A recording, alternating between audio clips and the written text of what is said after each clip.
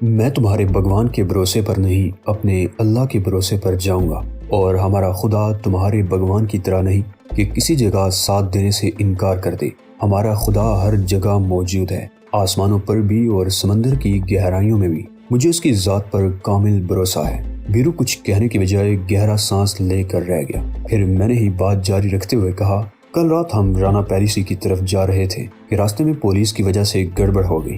مجھے ذرا اس کی لوکیشن سمجھا دو۔ امید بون سے کس طرف جانا ہوگا؟ تمہیں تلاش کرنے یا کسی سے پوچھنے کی ضرورت پیش نہیں آئے گی، بیرو نے کہا۔ امید بون سے تقریباً 200 گز آگے مین روڈ کے ساتھ ایک دیوار شروع ہو جاتی ہے۔ وہ دیوار رانا پیلیسی کی ہے۔ اس کے ساتھ ساتھ آگے چلتے رہنا۔ 100 گز آگے جا کر گیٹ ہے، لیکن میرا مشورہ ہے کہ ایک بار پھر سوچ لو۔ اب سوچنے کا نہیں، عمل کرنے کا وقت ہے بیرو، میں نے جواب دیا۔ ایسا نہ ہو کہ ہم تو یہاں بیٹھے سوچتے رہیں اور وہ اپنا کام کر گزرے۔ بیرو اس بار بھی خاموش رہا۔ میں کئی مرتبہ امید بون اور اس سے آگے اس فصیل کے سامنے سے گزرا تھا، لیکن مجھے معلوم نہیں تھا کہ وہی رانا پیلیس ہے۔ وہ فصیل اتنی اونچی تھی کہ اس کے اندر پیلیس کی عمارت باہر سے نظر نہیں آتی تھی۔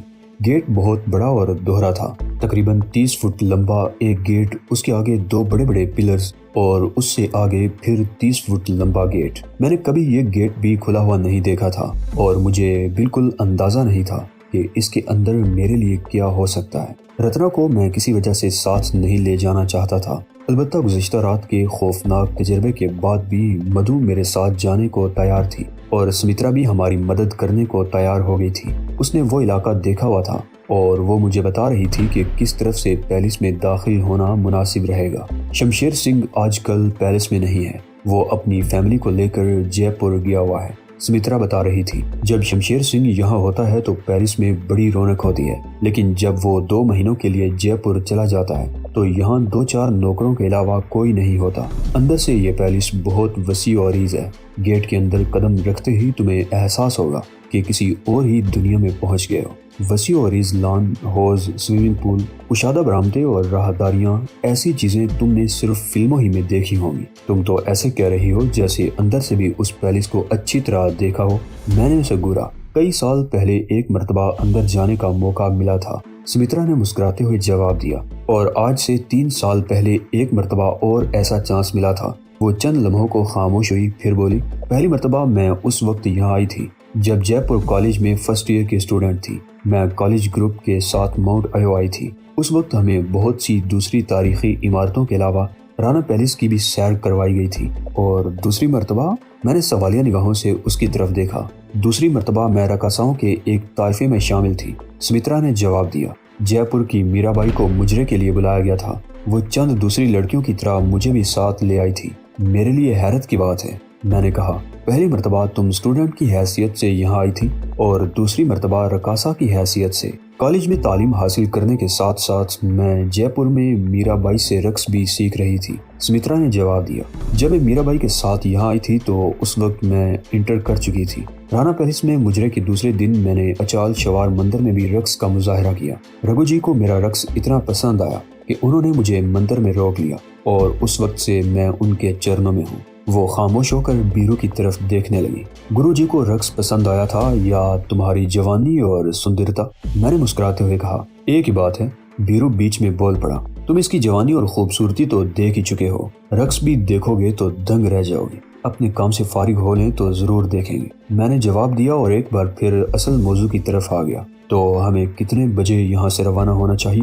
ہم 11 بجے چلیں گے، سمترا نے کہا۔ میں تم لوگوں کو پیلس کے سامنے اتار کر ایک مقررہ جگہ پر انتظار کروں گی۔ پیلس کے سامنے اتارنے سے پہلے تمہیں وہ جگہ بھی دکھا دوں گی تاکہ وہاں پہنچنے میں مشکل نہ ہو۔ سمترا آخری مرتبہ 3 سال پہلے رانا پیلس گئی تھی۔ ظاہر ہے اسے سب کچھ یاد نہیں رہا تھا، وہ تفصیل سے گھومی بھی نہیں تھی۔ انہیں پیلس کے ایک حصے تک محدود رکھا گیا تھا، لیکن اسے بہت سی کام کی باتیں معلوم ہو گئی تھی جو میرے لیے مددگار ثابت ہو سکتی تھی۔ ہم ٹھیک 11 بجے تیار ہو کر فیٹ پر ہی بنگلے سے نکلے۔ ہم نے گہرے رنگ کے کپڑے پہنے تھے تاکہ تاریکی میں نمایاں نہ ہو سکیں۔ میں نے کاراکوف رائفل لباس کے اندر چھپا لی تھی، ایک خنجر بھی لباس میں چھپا لیا تھا۔ مدھو نے بھی پستول رکھ لیا تھا۔ مدھو پچھلی سیٹ پر بیٹھی اور میں سمترا کے ساتھ پیسنجر سیٹ پر بیٹھ گیا۔ کار بنگلے سے نکل کر مختلف سڑکوں پر دوڑتی ہوئی امید بون کی طرف نکل آئی۔ رانا پیلس کی دیوار سڑک کے ساتھ ساتھ 1 میل تک چلی گئی تھی۔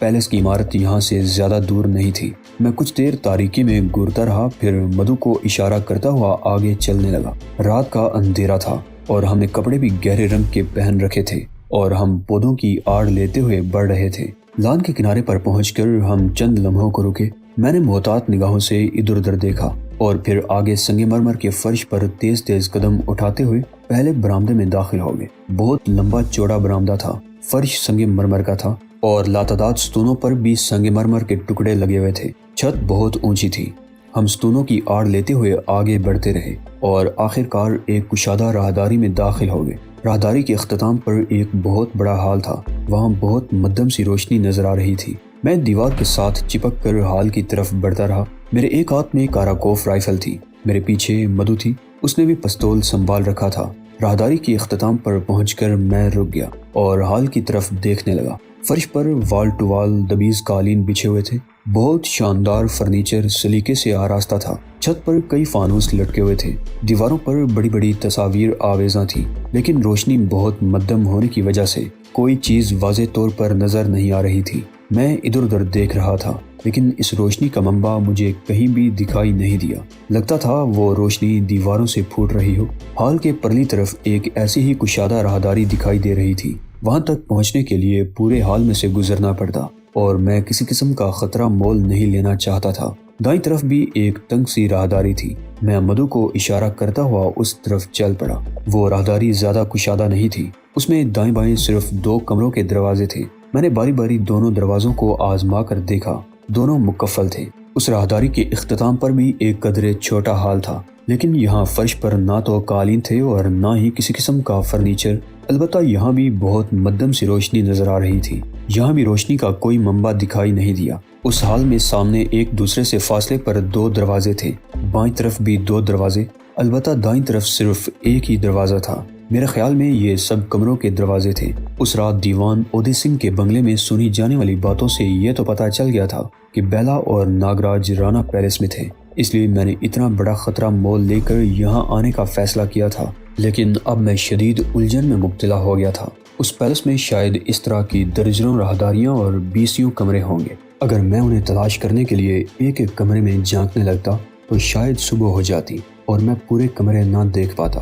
اس پیلس میں تہہ خانے کو بھی نظر انداز نہیں کیا جا سکتا تھا۔ یہ تو سوچنا ہی محال تھا کہ کوئی پیلس ہو اور اس میں تہہ خانے نہ ہو، لیکن اس وقت میں نے تہہ خانے کا خیال ذہن سے نکال دیا۔ پہلے مجھے کمروں کو چیک کرنا تھا۔ باہر والے محافظ نے بتایا تھا کہ 2 محافظ پیلس کے اندر بھی موجود ہیں، مگر ابھی تک کہیں ان کی موجودگی کے آثار بھی دکھائی نہیں دیے تھے۔ مدھو، میں نے پیچھے مڑ کر سرگوشی کی۔ یہاں تو لاتعداد کمرے ہیں، ہمیں دائیں طرف والے کمرے سے ابتدا کرنی چاہیے۔ یا تو ان کا سراغ مل جائے گا یا پھر کہیں پھنس جائیں گے۔ اوکھلی میں سر تو دے ہی چکے ہیں، اب اگر موصلے برسنے لگیں تو کیا پرواہ کی جا سکتی ہے۔ مدھو نے جواب دیا۔ میں دیوار کے ساتھ سرکتا ہوا دائیں طرف والے دروازے کی طرف بڑھنے لگا۔ مدھو بھی دیوار کے ساتھ لگی میرے پیچھے پیچھے آ رہی تھی۔ دروازے کے قریب پہنچ کر میں رک گیا، کان لگا کر اندر سے کوئی آواز سننے کی کوشش کی، مگر دوسری طرف بھی سناٹا تھا۔ میں نے ہینڈل پر ہاتھ رکھ کر بڑی آہستگی سے گھمایا۔ یہ دروازہ مقفل نہیں تھا۔ دروازہ 2-3 انچ کے قریب کھول کر میں نے اندر جھانکا۔ گہری تاریکی تھی اور کوئی معمولی سی آواز بھی سنائی نہیں دے رہی تھی۔ اگر یہ کوئی بیڈ روم تھا اور اندر کوئی سویا ہوتا تو خراٹوں یا سانس کی آواز سنائی دینی چاہیے تھی، مگر اندر تو تاریکی سے بھی زیادہ گہرا سناٹا تھا۔ میں نے دروازہ پوری طرح کھول دیا۔ کمرے کی تاریکی دور نہیں ہوئی تھی۔ میں دونوں ہاتھوں میں رائفل سنبھالے اندر داخل ہو گیا اور مدھو بھی میرے پیچھے پیچھے اندر آ گئی اور دروازہ بند کر دیا۔ میں کسی سوئچ کی تلاش میں دیوار ٹٹولنے لگا، مگر دروازے کے دونوں طرف دور دور تک کوئی سوئچ نہیں تھا، یا میرا ہاتھ اس تک نہیں پہنچ رہا تھا۔ گہری تاریکی سے مدھو شاید کچھ خوف زدہ سی ہو گئی تھی۔ وہ میرے ساتھ چپک کر کھڑی ہو گئی۔ میں آگے بڑھا 1 قدم اور دوسرا قدم زمین پر نہیں پڑا۔ میں ایک پیر پر لڑکھڑا کر پشت کے بل گرا اور کسی ڈھلان پر پھسلتا چلا گیا۔ مدھو کا بھی یہی حشر ہوا تھا۔ اس کے منہ سے ہلکی سی چیخ نکل گئی تھی۔ میں بڑی تیزی سے پھسلتا ہوا بد کی آواز سے ایک جگہ پر گرا۔ میرے منہ سے کراہ نکل گئی۔ مدھو بھی میرے قریب ہی گری تھی۔ اس نے چیختے ہوئے ہاتھ چلائے تو میری قمیض اس کی گرفت میں آ گئی۔ اس طرح اچانک گرنے سے میرے ہاتھ سے رائفل نکل گئی تھی اور اس کی آواز سے یوں لگا تھا جیسے وہ مزید نیچے جا کر پختہ فرش پر گری ہو۔ اوپر کہیں کھٹاک کی آواز سنائی دی۔ مدھو میرے ساتھ لپٹ گئی۔ کھٹاک کی آواز کے ساتھ ہی تیز روشنی پھیل گئی، گمبھیر تاریکی، اور پھر اچانک تیز روشنی ہو جانے سے میری آنکھیں چندھیا گئی، اور جب آنکھیں تیز روشنی سے مانوس ہوئی تو میں اپنے ارد گرد کا جائزہ لیتے ہی کانپ اٹھا۔ جسے ہم کمرہ سمجھ کر اندر داخل ہوئے تھے وہ کمرہ نہیں بلکہ ایک ایسی جگہ تھی جو ہمارا مقبرہ بن سکتی تھی۔ میں نے اوپر دیکھا، وہ دروازہ غائب تھا جس سے ہم اندر داخل ہوئے تھے۔ اس کی جگہ اسٹیل کی ایک بہت موٹی پلیٹ تھی جو شٹر کی طرح اوپر سے گری تھی۔ شاید نہیں بلکہ اس کا تعلق یقیناً بجلی کے کسی کنیکشن سے تھا جس سے وہ بلب روشن ہو گیا تھا۔ میں نے چھت کی طرف دیکھا۔ چھت بہت اونچی تھی، سرچ لائٹ کی طرح کا وہ شیڈ چھت سے لٹکا ہوا تھا۔ روشنی اتنی تیز تھی جیسے سورج چمک رہا ہو۔ جس جگہ دروازہ تھا اس سے 3 فٹ آگے تو ہموار فرش تھا، مگر اس سے آگے 60 کے زاویے پر بنی ہوئی ڈھلان تھی۔ اس ڈھلان کا فرش شیشے کی طرح چکنا تھا جس پر پھسلتے ہوئے ہم تقریباً 8 فٹ نیچے ہموار جگہ پر گرے تھے۔ یہ جگہ بھی تقریباً 3 فٹ چوڑی تھی۔ آگے 1 فٹ نیچے اتنی ہی چوڑی جگہ اور تھی، اور اسے 1 فٹ نیچے تیسری کشادہ جگہ اس طرح کی گویا 3 کشادہ سیڑھیاں بن گئی تھی۔ تیسری سیڑھی کے آگے تقریباً 8 فٹ گہرائی میں 10 فٹ چوڑا اور 12 فٹ لمبا فرش تھا۔ گویا سب سے نیچے وہ ایک کمرہ سا بن گیا تھا جس میں سامنے فرش سے 1 فٹ اوپر ایک دروازہ نظر آ رہا تھا جو بند تھا۔ میری رائفل اور مدھو کا پستول نیچے فرش پر پڑا ہوا تھا۔ فرش سے دروازے تک جس سے ہم داخل ہوئے تھے تقریباً 16 فٹ کی بلندی تھی۔ دیواریں بالکل چکنی اور سپاٹ تھیں۔ نچلے کمرے کی دیواریں کچھ میلی میلی سی تھیں اور ان پر ایسے نشان نظر آ رہے تھے جیسے کائی جمی ہوئی ہو۔ کچھ دیر پہلے میں نے اس عمارت کے نیچے کسی تہہ خانے کا سوچا تھا اور اس صورتحال نے میرے اس خیال کی تصدیق کر دی تھی۔ میرے خیال میں جب ہم دروازے میں داخل ہوئے تھے تو میرا یا مدھو کا پیر فرش پر کسی ایسی جگہ پڑ گیا تھا جس کے نیچے کوئی ایسا میکانزم تھا جس کے دب جانے سے اوپر سے آہنی پلیٹ نے نیچے گر کر دروازہ بند کر دیا تھا۔ لیکن یہ کس قسم کا تہہ خانہ تھا میری سمجھ میں نہیں آ رہا تھا۔ میں نے مدھو کی طرف دیکھا، وہ اب بھی مجھ سے لپٹی ہوئی تھی۔ اس کے چہرے پر ہوائیاں سی اڑ رہی تھی۔ اس میں شبہ نہیں کہ اس صورتحال نے مجھے بھی خوف زدہ کر دیا تھا، مگر میں اپنے آپ پر قابو رکھے ہوئے تھا۔ وہ نیچے ایک دروازہ نظر آ رہا ہے۔ میں نے دروازے کی طرف اشارہ کرتے ہوئے سرگوشی کی۔ ہو سکتا ہے اس طرف سے باہر نکلنے کا کوئی راستہ ہو۔ آؤ یہاں بیٹھے رہنے سے بہتر ہے کوئی کوشش کی جائے۔